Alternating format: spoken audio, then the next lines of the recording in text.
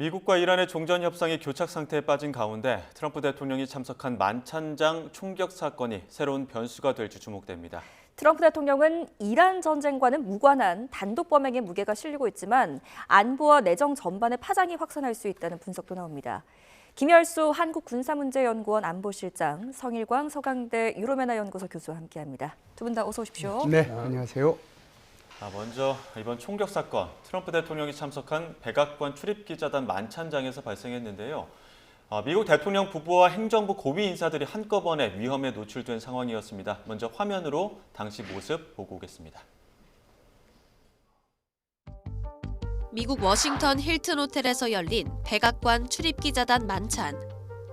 도널드 트럼프 대통령과 백악관 주요 인사들이 한자리에 모였습니다.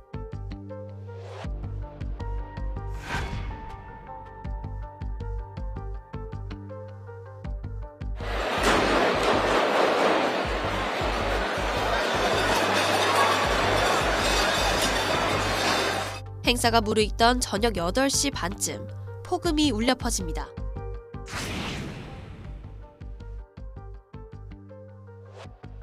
I heard a noise and sort of thought it was a tray. I thought it was a tray going down. I've heard that many times, and it was a pretty loud noise. And it was from quite far away. He hadn't breached the area at all. They really got him. But so it was quite far away. Open the door! Just open the door!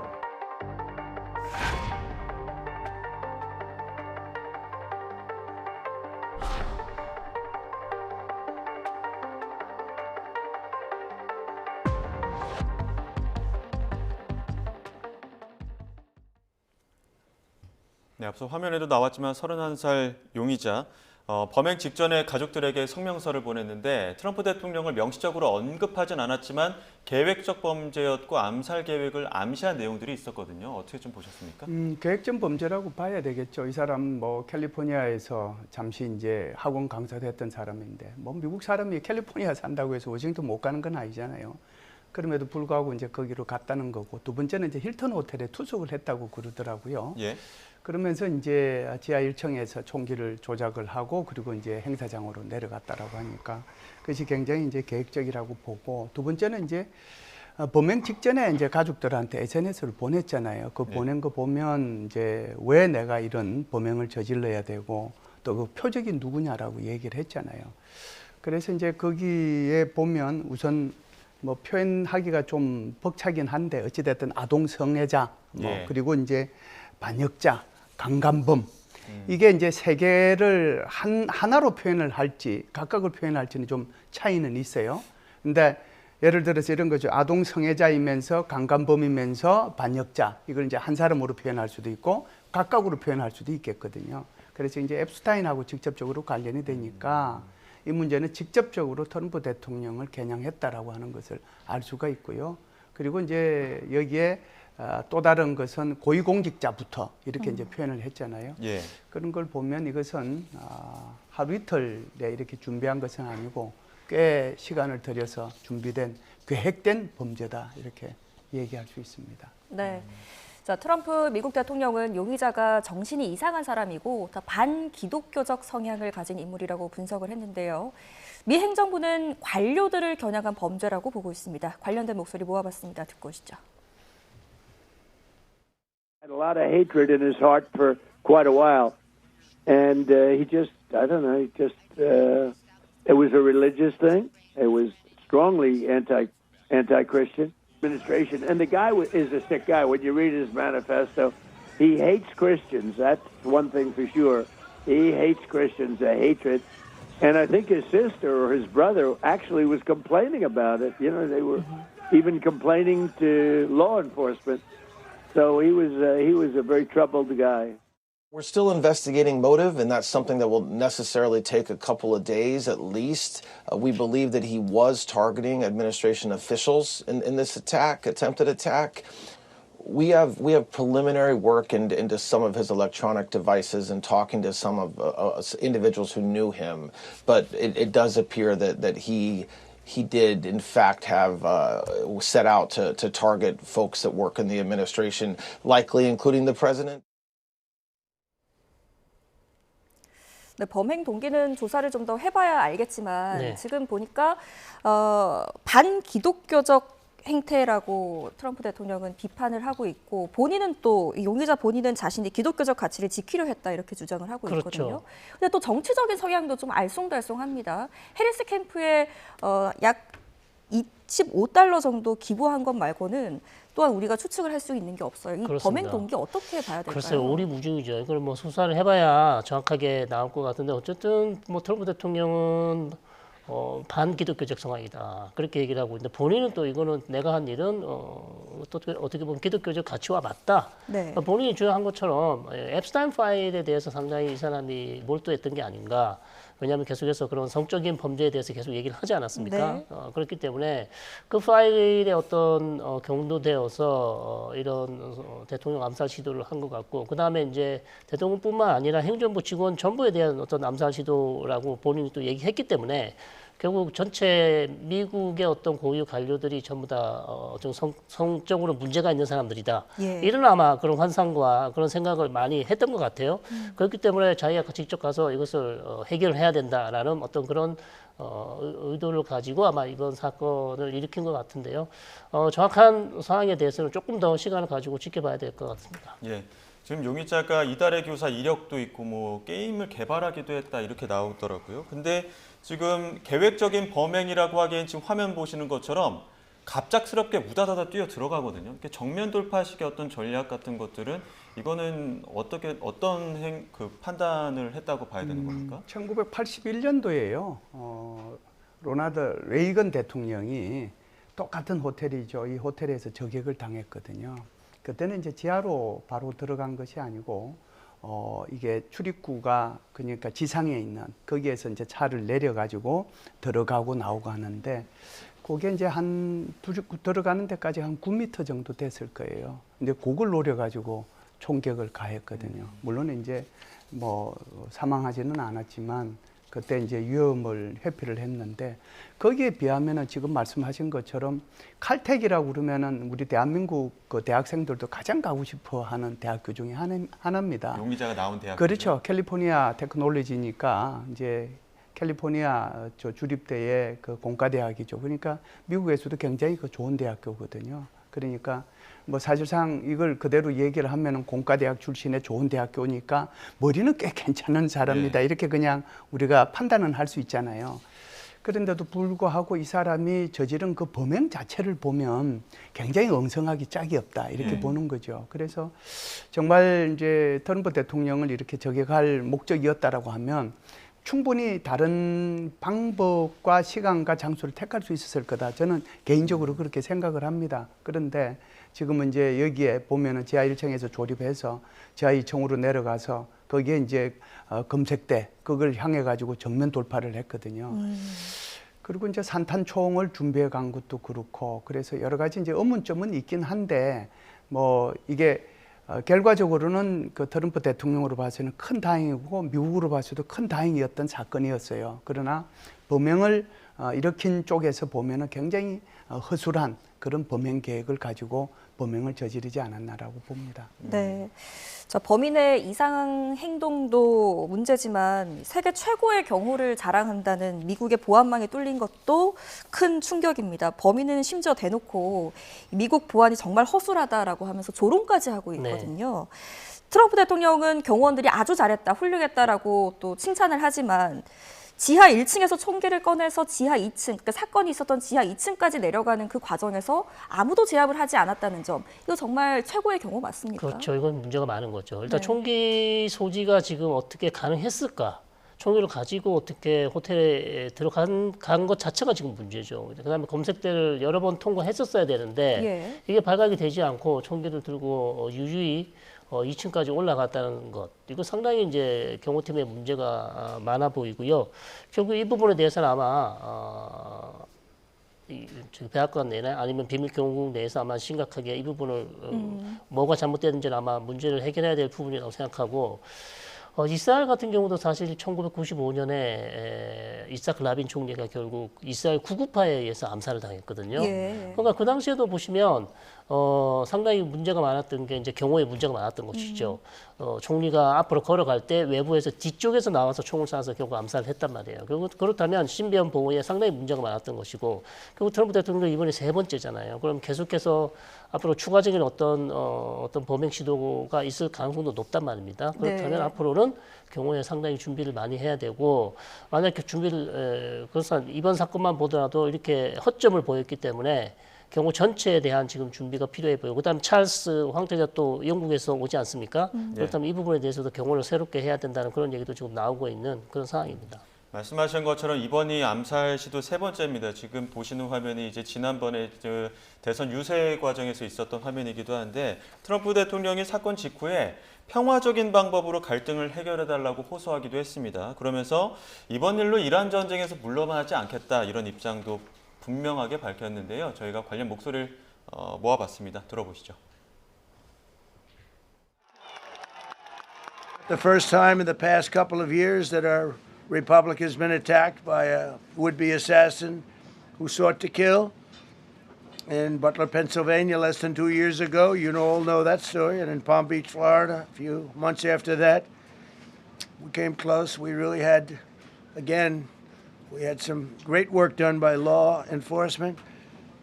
But in light of this evening's events, I ask that all Americans recommit with their hearts in resolving our difference peacefully. And it's not going to deter me from winning the war in Iran.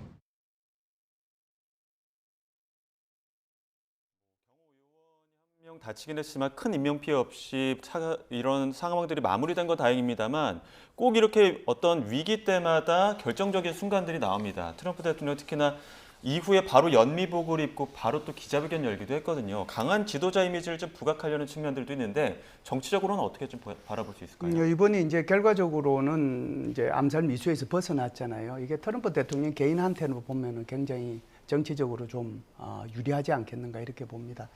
2024년도 7월 달에 지금 이제 펜실베니아, 지금 저기 화면에 나오는 것이 버틀러시에서 선거 유세 기간 중에 일어났던 거거든요. 이게 저 길을 스쳐갔지만 그때 당시에 1명이 죽고 2명이 중상을 입었습니다. 저것 때문에도 제가 그때 텔레비전에 나와서 여러 가지로 얘기했던 것이 뭐 아주 그냥 생생하게 기억이 나는데, 그때 당시에 저렇게 피격이 있었음에도 불구하고 트럼프 대통령이 성조기 아래에서 주먹을 불끈 쥐고 파이트라고 얘기를 했거든요. 예. 사람들이 그때 이제 다 어떻게 얘기를 했냐면, 그때 이제 7월 달이니까 이제 선거를 불과 이제 3달 정도 남겨둔 상태잖아요. 저 사건 하나로 선거는 끝났다. 그래서 해리스 당시의 부통령보다는 오히려 트럼프 대통령에게 배팅하는 사람들이 늘어나기 시작을 했죠. 그러니까 정치적으로 굉장히 중요하게 트럼프 대통령한테 작용을 했다라고 보고요. 그것도 이제 있었지만 또다시 이제 9월 달에 말하라고 자신의 이제 골프장 거기에서 골프장에서 골프를 치고 있는데 어떤 사람이 거기에 이제 또 저격을 하기 위해서 있던 것이 경호국에서 발견이 됐잖아요. 예. 그리고 나서 이제 이분이 이제 3번째거든요. 그래서 예. 그 2개의 사건을 통해 가지고 트럼프 대통령은 대통령이 될 수가 있었다라고 볼 수가 있고요. 물론 뭐 다른 것들도 있었지만 그것이 아주 중요한 그런 하나의 터닝 포인트가 됐다라고 말씀을 드리는 겁니다. 이번 같은 경우에도 지금 트럼프 대통령의 지지율이 33% 더하기 빼기 정도 되잖아요. 그러니까 굉장히 지지율이 떨어져 있는 상태고, 또 경제도 사실상 인플레이션이나 또는 유가가 굉장히 급등하는 바람에 여러 가지로 이제 트럼프 대통령에 대한 지지율뿐만 아니라 전쟁에 대한 반대도 많거든요.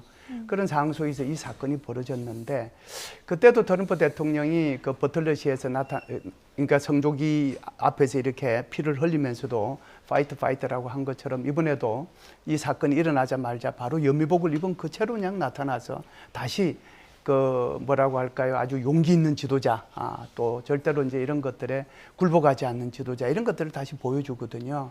그래서 이런 것들이 전체적으로 보면 트럼프 대통령한테 정치적으로는 조금 뭐라고 할까요? 집토끼들을 좀 더 결속시키는 그런 계기는 될 거다, 이런 생각은 합니다. 네, 실제로 뉴스들을 보니까 온통 총격 사건 이야기들 뿐입니다. 이란 전쟁 뉴스는 뒤로 밀려났고요.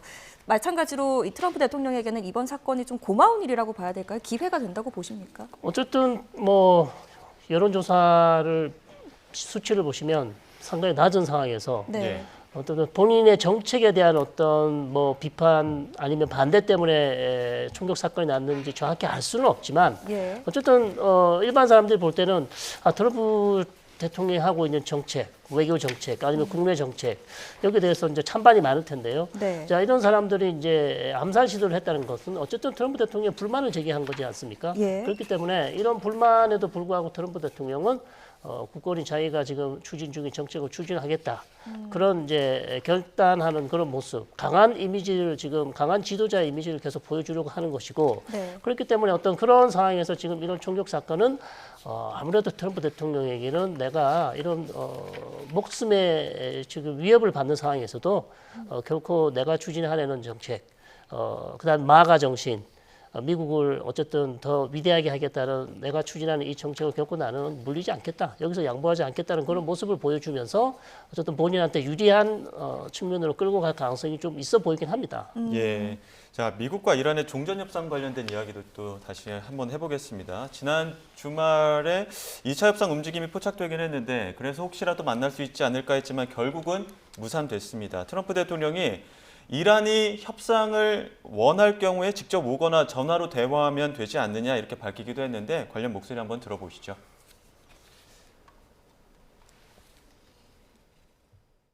We have great respect for the Field Marshal of Pakistan and for the Prime Minister of Pakistan. They're great people. They really are good. But, you know, it's a 17, 18-hour flight. I said, when is this meeting taking place? And it was like going to be on Tuesday, and it was Saturday, and they're leaving, you know, and by the time they get there, it's hours and hours and hours of flying. And I said, we're not doing this anymore. We have all the cards. If they want to talk, they can come to us or they can call us. You know, there is a telephone. 협상장에서 이란 협상단 측이 먼저 자리를 떠났고 이후에 우리는 파키스탄에 협상단 보내지 않겠다 하면서 필요하면 전화하겠다라고 얘기한 거거든요. 어떻게 좀 해석할 수 있을까요? 사실상 이제 트럼프 대통령은 아무래도 이제 여기 아라거치 장관이 오니까 그러면은 이제 협상이 있을라나 그런 생각을 가지고 그래서 이제 위트코퍼하고 큐슈나한테 이제 출발할 준비를 해라. 그리고 이제 벤스 부통령도 혹시 그쪽에서 갈리바프가 오게 되면 벤스 부통령도 갈 준비를 이제 그렇게 하고 있었거든요. 그런데 이제 이란 국영방송에서 하는 얘기나 그다음에 이제 아라거치 장관이 이제 나타나서 하는 얘기가 전혀 딴판으로 흘러갔단 말이죠. 나는 지금 여기에 미국하고 협상하러 온 게 아니다. 그냥 나는 여기 들렀다가 오만 들렀다가 러시아로 가는데 내가 외교 순방길에 여기 온 거다라고 얘기를 한 거예요. 그러면서 이제 떠난다고 그러니까 트럼프 대통령이 그래 그러면은 뭐 우리도 안 보낸다라고 얘기를 했는데 그 소리 하자마자 이제 트럼프 대통령이 10분 전에 무슨 새로운 제안을 받았다라고 얘기를 했거든요. 예.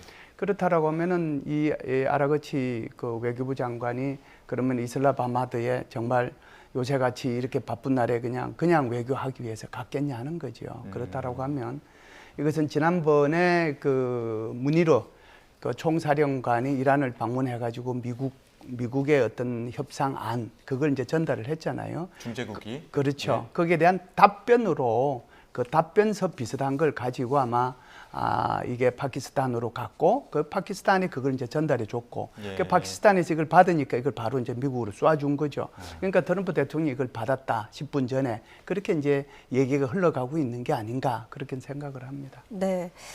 자, 트럼프 대통령은 핵 문제에 있어서는 절대 물러설 기미를 보이지 않고 있는데 또 이란은 호르무즈 해협 개방하지 않으면 우리 협상장에 나타나지 않겠다라고 얘기를 그렇죠. 하고 있고요.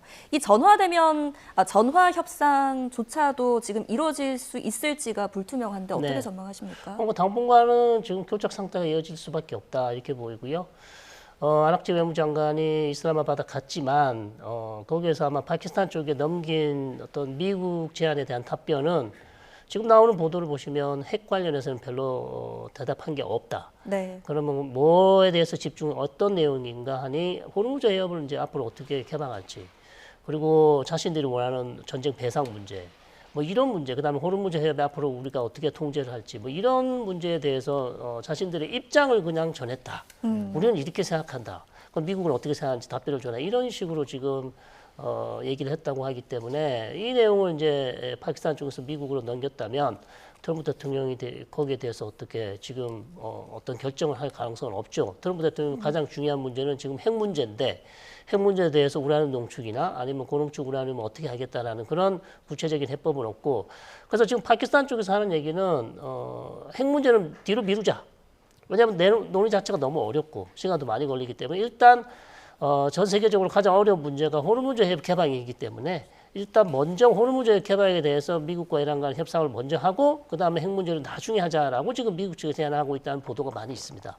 그렇기 때문에 현 상황에서는 지금 이제 미국이 결정을 해야 되겠죠.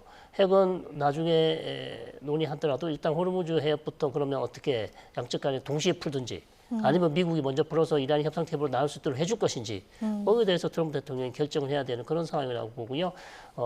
현 시점에서는 핵 문제는 조금 뒷전으로 밀렸다 이렇게 말씀드릴 수 있을 것 같습니다. 네. 물밑 협상이 어떻게 돌아가는지는 저희가 예측의 범위이기 때문에 어떻게 되는지 알 수는 없겠습니다만 그래서 더욱더 그 행보에 주목할 수밖에 없습니다. 네. 아라가치 외무장관이 지금 그 파키스탄에 있다가 원래 러시아로 가는 건데 이제 오만 들렀다 다시 파키스탄으로 돌아왔거든요. 예. 이거는 어떤 뭐 다른 주요 변수가 있었기 때문이라고 봐야 됩니까? 제가 볼 때는 이유가 있다라고 봐요. 이제 좀 전에 제가 말씀드렸다시피 트럼프 대통령이 이슬람마바드로 협상단 보내는 것을 취소하면서 10분 전에 새로운 제안을 받았다라고 그랬잖아요. 예. 네. 그러면은 새로운 제안을 받았으니까 미국이 여기에 대해서 답변을 해야 될 거 아닙니까? 그 답변서를 아마 파키스탄으로 보냈을 겁니다. 그러면은 이제 파키스탄에서는 이걸 받아보고 여기에 대해서 그러면 어떻게 대응해야 될 건가? 그게 필요하거든요.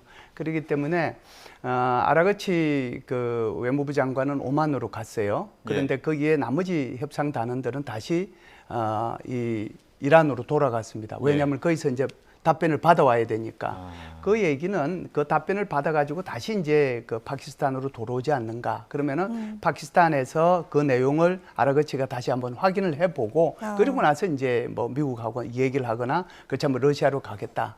그러니까 이것도 이제 다 내피셜입니다. 내피셜이지만 지금 말씀하신 것처럼 추론의 영역이긴 하더라도 행보를 보면 그것 말고는 달리 설명할 길이 없거든요. 그래서 지금 이 아라가치가 저기 오만으로 갈 때는 그 무니르 사령관이 타는 비행기 전용기 타고 가고 자기네들이 원래 이 이슬람마바드로 이란에서 타고 있던 비행기는 그 협상 단원들이 다시 돌아갔다가 오는데 사용하고 그런 거거든요. 그러면 그럴 이유가 없는데 왜 그랬겠느냐라는 설명으로는 이거 말고는 설명하기가 곤란하다 이렇게 보죠. 정부 고위급 인사가 다른 나라 전용기를 사용해서 이동한 거 이거 참 이례적인 일인데 그 배경은 어떻게 보십니까? 글쎄요. 그거 뭐 다른 대표단이 남아 있기 때문에 테헤란으로 가야 되기 때문에 뭐 전용기가 뭐 두세 대가 있으면 나눠서 타고 갈 수 있겠지만 어쨌든 남은 대표단은 또 테헤란을 가야 되기 때문에 이란이 타고 온 비행기를 타고 갔을 것이고 그럼 아라가치 외무장관은 오만을 가야 되는데 어쨌든 아심 무니르 아니면 샤리프 총리가 되어준 전용기를 타고 이제 갔다는 얘기인데 일단 뭐 보안상도 전용기를 타는 게 훨씬 안전하다고 생각했을 수 있고요. 그다음에 또 지난 1차 회담 때도 보시면 이란이 파키스탄 올 때 비행기 한 대만 타도 될 텐데 세 대를 타고 왔다는 얘기가 있습니다. 그러니까 뭐 미국이나 이스라엘의 공격이 있을 수도 있다. 그렇기 때문에 전용기를 타고 그다음에 또 뭐 도청이나 이런 여러 가지 또 보안상의 문제도 있기 때문에 아마도 전용기를 빌려서 타고 갔다 오지 않았는가 이렇게 보입니다. 예. 그 트럼프 대통령은 핵 문제만큼 이제 포기하지 않겠다는 입장 재차 밝혔는데 아라가치 장관은 파키스탄으로 갈 때 우리 핵 문제 같은 거는 논의할 생각이 없다. 다른 것들만 논의를 했거든요. 가장 쟁점이 되는 부분에 대해서는 아라가치 장관이 논외로 해놓고 있는 상황은 어떻게 바라봐야 될까요? 그러니까 이제 이 문제를 사실상 이란에 지금 실질적으로 이란을 지배하고 있는 집단이 누구냐 하고 직접적으로 관련이 있지 않겠나라고 생각을 해요. 그래서 사실상 어떻게 보면 이란의 국회의장도 사임을 했다 이런 얘기 있다가 이란 국회에서 아니 계속해서 임무 수행하고 있다라고 얘기하는 거고 아라가치 장관 같은 경우에도 뭐 탄핵해야 된다라고 했는데 계속해서 임무를 수행하거든요. 그러면 실제로 이 사람들은 허수아비 역할만 하는 게 아닌가. 그럼 실제적으로 이걸 누가 장악하고 있느냐 하면 결국은 이란의 혁명수비대가 이걸 장악하고 있는 게 아닌가. 그럼 이란의 혁명수비대가 가장 강조하고 있는 것은 아예 핵 문제는 지금 우리 성일관 교수님께서 말씀하셨지만 핵 문제는 의제에서 빼라라고 얘기하는 거거든요. 그러니까 아라그치 장관이 자기는 지금 얘기할 수 있는 것이 결국은 꼭두가시밖에 안 되니까 가서 얘기할 수 있는 것은 핵 문제는 논의로 하자라고 얘기할 수밖에 없는 거예요. 그러니까 호르무즈 해협만 가지고 얘기하자라고 얘기하는 거거든요. 이렇게 되면 굉장히 그 양쪽에서 이제 아니 의제가 같아도 그 의제를 가지고 조율하는데 어려움이 있는데 의제가 서로 달라버리면 이건 아예 협상 자체가 안 되는 거거든요. 미국의 입장에서 보면은 핵 문제를 빼고서 어떤 걸 얘기해도 소용이 없어요. 지금 트럼프 대통령 입장에서 보면 전쟁의 목적이 뭡니까? 이란에 핵무기 제거하는 거예요. 핵무기 보유 국가가 되지 않도록 하는 거거든요. 그런데 이거 자체가 전쟁 목적 자체가 없어져 버리면은 이게 아주 우습게 되는 거잖아요. 그래서 오히려 이런 얘기들을 들어보면 오히려 협상이 좀 더 어려운 국면으로 갈 수도 있겠다는 생각이 들어서 조금은 좀 불안하기도 합니다. 네. 자, 이렇게 협상이 불분명한 상황인데요. 미국은 이란을 움직여줄 수 있는 존재가 러시아보다는 중국이 될 수도 있겠다라는 생각을 하는 것 같아요. 지금 중국이 이란과의 문제에 있어서 더 많은 도움을 줄 수 있을 것이다라고 이야기를 했는데 사실상 중국이 이란을 좀 움직여줬으면 좋겠다 이런 그 내심을 좀 표한 겁니까? 그렇죠. 아무래도 이제 러시아보다는 중국이 낫다고 판단하겠죠. 네. 러시아는 진짜 오랜 기간 이란과 같이 해왔고 무기도 많이 공급해줬고 그다음에 시리아에서 또 같이 전쟁을 했었고 했기 때문에 근데 최근에 중국 쪽이 좀 많이 도와주기를 미국 측이 기대하고 있을 텐데요. 그다음에 또 중국이 사실 경제적으로 이번 호르무즈 해협이 막히고 나서 이란으로부터 값싸게 들여오던 원유를 수입도 못하고 있기 때문에 경제적으로 조금 타격을 입고 있는 상황이기 때문에 그리고 또 중국과의 또 시진핑 주석과의 정상회담도 앞두고 있습니다. 네. 그렇다면 중국이 좀 이란에 대한 지렛대를 이용해서 협상에서 좀 잘 나올 수 있도록 그다음에 협상에서 미국이 원하는 어떤 조건들에 대해서 좀 양보할 수 있도록 노력을 해주길 바라고 있는데 사실 중국이 그런 구체적인 그리고 적극적인 노력을 보여주지 않고 있어요. 예. 가시적으로 보이지 않습니다. 물론 마크에서는 어떻게 하고 있는지는 알 수는 없으나 그렇기 때문에 가시적으로는 전혀 지금 이란을 압박하는 카드를 쓰고 있지 않다. 오히려 뭐 이란에게 뭐 무기를 공급할 수도 있다는 이런 보도도 나오고 있었기 때문에 네. 결국 트럼프 대통령 입장에서는 중국이 좀 더 많은 역할을 해줬으면 좋겠다는 그런 메시지를 계속 전달하고 있지만 시진핑 주석이 거기에 화답할지는 지켜봐야 될 것 같습니다. 지금 당장은 핵심적인 중재국으로서 그 파키스탄이 어떤 역할을 할 수 있을지가 좀 많이 더 주목되는 상황인데 사실상 도시 전체를 좀 봉쇄한 상황이었었는데 조금씩 빗장을 풀고 있다고 하더라고요. 네. 결국 대면 협상이 조금 늦어질 가능성에 대해서 파키스탄도 염두에 두고 있다고 봐야 됩니까? 그렇죠. 그렇다라고 봐야죠. 이제 아라그치 장관이 다시 이제 이슬람마바드로 돌아갔죠. 이슬람마바드로 돌아갔으니까 돌아가서 이제 무슨 내용인가를 다 아마 파악을 했겠죠. 그래서 다시 여기서 나가 더 있어야 될 이유는 없다. 그러면 이제 러시아로 가는 거지 않습니까? 예. 러시아로 가게 되면은 2차 협상은 없는 거죠. 그러니까 아마 그런 전반적인 상황을 파악한 파키스탄에서 이렇게 이제 뭐라고 할까요? 뭐 여러 가지 조치 취했던 것을 해제하고 뭐 그러고 있는 게 아닌가. 그래서 2차 협상은 굉장히 순년될 가능성이 커졌다 이렇게 봅니다. 네. 자, 앞서서도 짚어주셨지만 지금 아라그치 외무장관이 이제 이슬람마바드에서 러시아로 향했습니다. 푸틴 대통령을 27일에 접견한다고 하는데 네. 여기서 러시아에게 어떤 걸 뭐 요구할 가능성도 있을까요? 그렇습니다. 뭐 이란이 어려울 때마다 사실 러시아를 많이 방문했어요. 네. 이번 전쟁 초기에도 알리 라리자니가 모스크바에 갔었고 그다음에 트럼프 대통령이 또 최근 한 달 전인가요? 푸틴 대통령과 전화를 1시간 반 정도 통화를 했다는 얘기도 있고 네. 어쨌든 러시아도 이란에 대한 레버러지 지렛대가 있기 때문에 좀 설득할 수 있는 그런 운신의 폭은 분명히 있습니다. 그런데 이제 갑자기 또 아라그치 외무장관이 이제 오만에 이어서 러시아로 가는 것은 러시아가 항상 했던 얘기가 있습니다. 미국 측에도 얘기했습니다만 우리가 얼마든지 441kg, 순도 60% 이상 되는 고농축 우라늄 우리한테 반납시켜도 된다. 우리가 잘 처리해 줄게. 네. 트럼프 대통령이 여러 차례 제안을 했지만 트럼프 대통령이 러시아를 신뢰하지 않아요. 왜냐하면 이 핵 문제를 러시아까지 같이 들어와 버리면 러시아도 상당히 중요한 국가로 만들어주기 때문에 그렇기 때문에 이제 트럼프 대통령 입장에서는 또 러시아를 또 신뢰하지 않는 부분도 있습니다. 워낙 이란이랑 친하기 때문에 보호해 준다 그러고 나중에 뒤에서 또 뭐 한 절반 정도를 이란 측에 준다든지 뭐 이런 또 일이 일어날 수도 있기 때문에 그 부분에 대해서 상당히 이제 반대를 많이 했고 그러니까 러시아보다는 IAEA나 아니면 유럽 국가도 얼마든지 우리가 받을 준비가 돼 있다고 얘기를 했습니다만 이란 쪽에서는 계속해서 이제 고농축이라는 반출을 거부하고 있고 아니면 뭐 100% 반출은 안 된다. 절반 정도는 우리가 가지겠다. 계속 이런 얘기를 해왔기 때문에 아마도 이란 외무장관 다시 가서 푸틴 대통령에게 가서 어떤 모종의 어떤 제안 아니면 트럼프 대통령을 좀 설득해달라는 그런 얘기를 할 수도 있어요. 그러니까 외교적으로. 그렇기 때문에 근데 뭐 무기를 받겠다. 그거는 좀 어려워 보입니다. 왜냐하면 러시아도 지금 우크라이나 전쟁 중이기 때문에 무기가 많이 부족한 상황에서 이란에 줄 수 있는 무기가 과연 뭐가 있을까? 이란이 가장 필요한 것은 S-300이나 S-400 방공망인데 지금 러시아도 부족한 방공망을 이란에게 제공해 줄 리는 만무하다 이렇게 봅니다. 네. 예. 2차 협상 주말에 무산된 뒤에 트럼프 대통령이 더 나은 제안이 왔다라고 얘기한 다음에 협상단이 이란 오만으로 나뉘어서 갔다가 다시 파키스탄에서 모이지 않았습니까? 네, 네. 그러면은 이란 쪽에서는 더 나은 제안을 했던 그 주체는 누가 있을까요? 뭐 우리 실장님께서 잘 말씀해 주셨지만 지금 이란 내의 실권자는 뭐 누가 뭐라 해도요 혁명수비대 사령관들입니다. 네. 혁명수비대 사령관들이 뭐 한 사람만 하는 건 아니고 여러 사람이 이제 어떻게 보면 집단 지도부 체제를 형성하고 있고 그러니까 지금 사실 갈리바프가 사임을 했다는 뭐 확인은 안 되고 있지만 협상단 대표에. 예, 협상단 대표에서 오지를 않았잖아요. 예. 사임하지 않았더라면 왔어야 된단 말이죠. 왜 안 왔지 혼자서 왔냐 이거죠. 그렇다면 예. 뭐가 문제가 있긴 있다는 얘기입니다. 그렇기 때문에 이 모든 것을 그럼 누가 결정했느냐? 강경파인 혁명수비대 사령관입니다. 아흐마드 바히디라든지 뭐 압둘라히라든지 아니면 졸가다르라든지 여러 사람들이 있는 이 사람들이 사실 지금 살아있는지 죽어 있는지 말을 할 수 있는지 알 수도 없는 모사타바의 이름으로 계속해서 본인들의 정책을 지금 내고 있어요. 이름만 빌려서 내고 있는 그런 상황이다.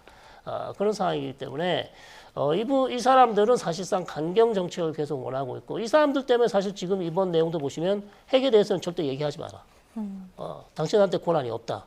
예. 그건 차차 시간이 되면 우리가 결정할 것이다. 그러니까 이란 내부에서 지금 누가 정책을 결정자가 없어요. 그러니까 트럼프 대통령의 말이 저는 맞다고 봐요. 지금 이 상황에서는 이란 내에서 도대체 핵 문제에 대해서 누가 결정을 할지 결정자가 없다. 결정을 해주지 않는다. 자, 이걸 좀 한 번 더 다시 말씀드리면 혁명수비대 쪽에서는 오히려 지금 미국과의 협상을 두려워할 수도 있어요. 왜냐하면 미국과 협상이 잘 되고 휴전이 되면 이제는 이란 국민들이 지금까지 한 달 반 동안 전쟁을 했었는데 이 전쟁에서 혁명수비대가 어떤 역할을 했으며 어떻게 정책 결정을 했으며 모주타바의 생사는 확실한 거냐.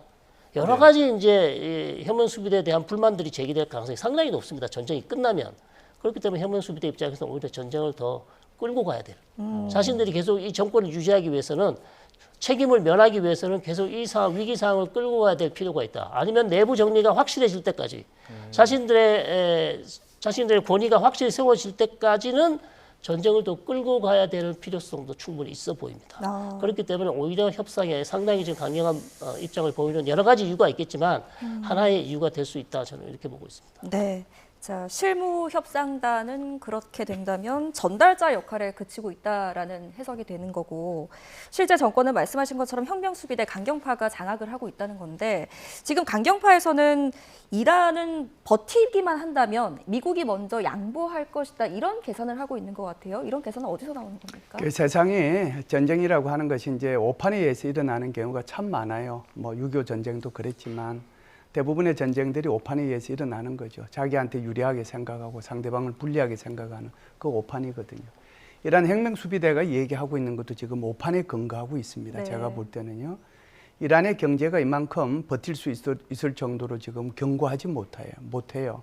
뭐 공무원들, 군인들 봉급 못 주는 거는 뭐 그가 저기 문제가 덜 될 수도 있지만 인플레이션이 그냥 전쟁 전에 비해서 엄청나게 올라가고 리라화가 그냥 엄청나게 가치가 떨어지고 그런 상황이거든요. 게다가 지금 이제 미국이 이란에 대해서 원유 제재 해제를 한 달 동안 해줬지 않습니까? 그런데 4월 19일부로 다시 제재 들어갔거든요.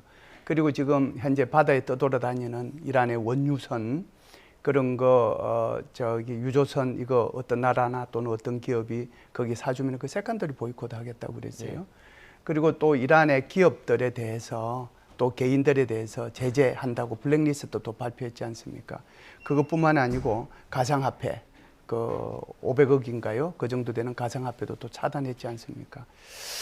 그렇다라고 하면은 지금 이 정도로 가지고 지금 계속해서 아무리 저항 경제를 47년 동안 해왔다고 하더라도 버텨낼 수 있겠는가? 그런데 제가 말씀드렸던 이런 경제 제재보다도 더 큰 게 하나 있어요. 그게 바로 우리 하르거라고 하는 그 터미널 있지 않습니까? 그곳에서 이제 이란의 석유를 90%로 이렇게 바깥으로 이렇게 수출하는 그 예. 기지잖아요. 그래서 거기에 있는 그 원유 저장고, 그걸 이제 보석의 왕관이라고 얘기하는데 하나하나가 왕관처럼 보인다는 그런 뜻이죠. 그럼 이게 유정으로부터 각종 파이프라인을 통해 가지고 그쪽에 모아서 거기서 저장을 했다가 그리고 이제 유소선을 통해서 수출을 하는 거거든요. 그런데 거기가 다 차버리면 그 다음에는 어떻게 돼요? 유정에서 계속해서 원유를 채굴을 할 수 있을까요? 없을까요? 없습니다. 예. 그러면은 이제 그 유정 자체가 폐정이 돼요. 그걸 이제 사용하지 못하게 되는 거거든요. 예. 여러 가지 요인들이 있다고 그래요. 그렇다고 하면은 이 이란이 지금까지는 그나마 유령선단을 통해 가지고 어찌됐든 원유를 팔아서 이란의 경제를 유지해 왔는데 그것까지 안 된다라고 하면 그게 가능하겠는가? 예. 아무리 이란 혁명 수비대가 군인들로 뭉쳐져 있고 또 이런 그 신정 체제에 대해서 충성심이 강하고 그런 사람들이라고 하더라도 그런 사람들이 미래를 생각하지 않을 수는 없거든요. 그래서 제가 볼 때는 이 사람들이 오판하고 있다는 거예요. 그래서 자신들의 시간은 자기 편이라고 얘기하는데 제가 볼 때는 시간은 이란 편이 아니고요. 예. 시간은 미국 편입니다. 예. 성 교수님께서 어떻게 보십니까? 그러니까 이제 우리 실장님이 잘 말씀해 주셨지만 이란 입장에서 상당히 경제가 어렵죠. 어려운 거는 뭐 이거는 부인할 수 없는 사실인데 이란 지금 집권 세력이 미국과 다른 것은 미국은 이제 국민의 여론, 미국 국민들의 여론, 그다음에 세계 여론, 그다음에 유가 모든 걸 지금 생각을 해야 되잖아요. 감안을 해야 됩니다. 근데 이란의 집권 세력은 사실상 지금 하는 행태를 보면 이란 국민들이 굶어 죽든지 말든지, 그다음에 혁명수비대 사령관들, 혁명수비대 부하들이 월급을 받든지 말든지, 어쨌든 집권 세력이 살아남기 위해서 물불을 가지지 않겠다는 그런 정책을 지금 추진하고 있기 때문에 예. 그것 때문에 제 생각은 오히려 이란 쪽에서 더 버티면 본인들이 이긴다고 생각하는 가장 큰 이유가 그거라고 볼 수 있겠습니다. 왜냐하면 국민들로부터 자유롭다. 우리는 국민들을 거기에 살아야 될 필요가 있긴 하지만 그게 상관하지 않겠다라는 어찌 보면 하마스처럼 그런 행동을 지금 하고 있기 때문에 오히려 지금 이란의 집권 세력은 본인들이 유리하다고 그렇게 인식을 하고 있다는 게 그게 지금 문제라는 거죠. 예. 그 마지막으로 짧게 레바논 상황이 지금 또 네. 이스라엘이 공습하고 있지 않습니까? 그렇죠. 이거 변수로 작용할까요? 이거는 이제 미국과 이란 간의 협상이 진행되면 이란이 거론할 거예요. 그런데 협상이 진행되지 않잖아요. 그러면 전혀 문제가 없습니다. 이거는 트럼프 대통령 입장에서는 이걸 어쨌든 3주 휴전을 또 선언했지만 아주 이스라엘 공격이 아주 공세가 세지면 문제가 되겠지만 그렇지 않고서는 그냥 이대로 놔둘 가능성이 높다. 이렇게 봅니다. 짧게 김현수 실장님. 네, 지금 뭐 무늬만 휴전이지 사실상 이제 공방이 오가고 있는 그런 상황이죠. 대신에 이것이 휴전 전에 비해 가지고 그 공격의 빈도와 강도는 약해진 건 사실입니다. 어디에 영향을 받느냐? 미국과 이란 사이의 협상의 결과에 따라서 영향을 받을 겁니다. 협상이 되면 여기도 전쟁이 끝날 거예요. 그러니까 이스라엘하고 레바논 사이 협상이 안 되면 이것은 계속합니다. 예, 알겠습니다. 여기까지 듣도록 하겠습니다. 지금까지 김일수 한국군사문제연구원 안보실장, 성일광 서강대 유로메나 연구소 교수 두 분과 함께했습니다. 고맙습니다.